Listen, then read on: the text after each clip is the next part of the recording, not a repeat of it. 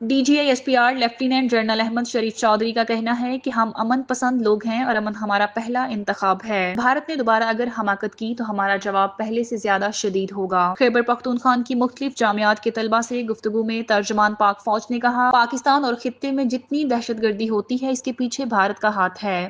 بھارت نے سوچا تھا ہم حملہ کریں گے اور پاکستان جواب نہیں دے گا۔ آپ نے دیکھا کہ آپ سب کس طرح اپنے ملک کے پیچھے کھڑے ہوئے۔ وہ تمام حکمت عملی جو ہندوستان اور مودی نے بنائی تھی، ہم نے اس کو ایک ایک کر کے غلط ثابت کیا۔ لیفٹیننٹ جنرل احمد شریف چودھری کا کہنا تھا، فیلڈ مارشل عاصم منیر نے فیصلہ کیا کہ بھارت کے 26 مقامات پر ان کو جواب دیا جائے گا۔ مظفر آباد میں بھارتی شیلنگ سے 7 سال کا ارتضیٰ شہید ہوا۔ جس بریگیڈ ہیڈ کوارٹر کی شیلنگ سے ارتضیٰ شہید ہوا، ہم نے اسے تباہ کیا۔ 6 اور 7 مئی کو جن ہوائی اڈوں سے بھارتی طیارے اڑے ان کو تباہ کیا۔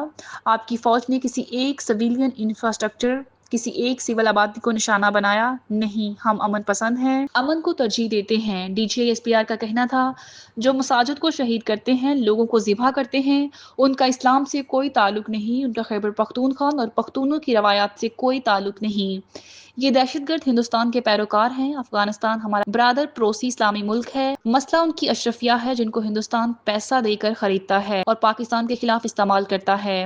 اپنے افغان بھائیوں سے کہتے ہیں کہ دہشت گردوں کو اپنے ملک میں جگہ نہ دو، تم بھارت کے اراکار نہ بنو۔ خیبر پختونخوا کے غیور بہادر عوام اور قبائل سے کہتا ہوں، آج دوبارہ وقت آ گیا ہے، کشمیر بنے گا پاکستان۔